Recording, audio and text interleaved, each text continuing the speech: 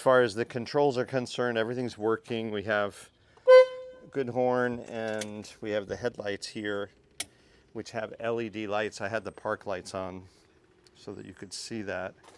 But there's the headlights, which are the Lucas lenses, I think.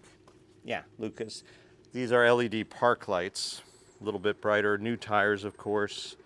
And let's put the turn signals on so you can see how that works. Those are also LED. The indicator lights up on the dash, and they're quite a bit brighter than stock.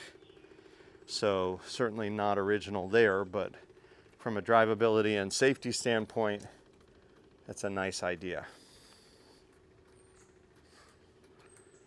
And there's the right blinker.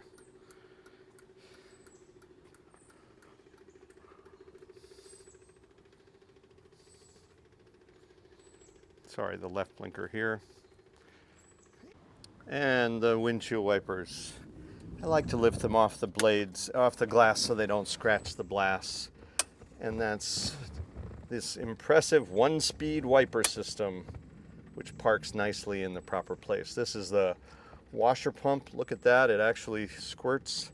This is the heater blower.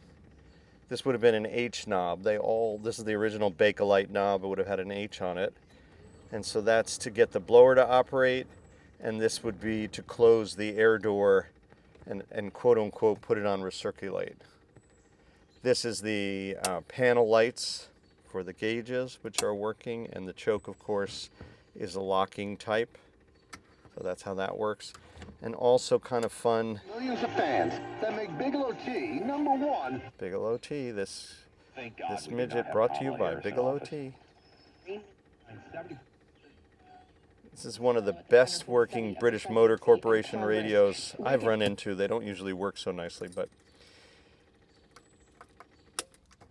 lots of good, it's very simple, right? It's amazing how few controls compared to modern cars.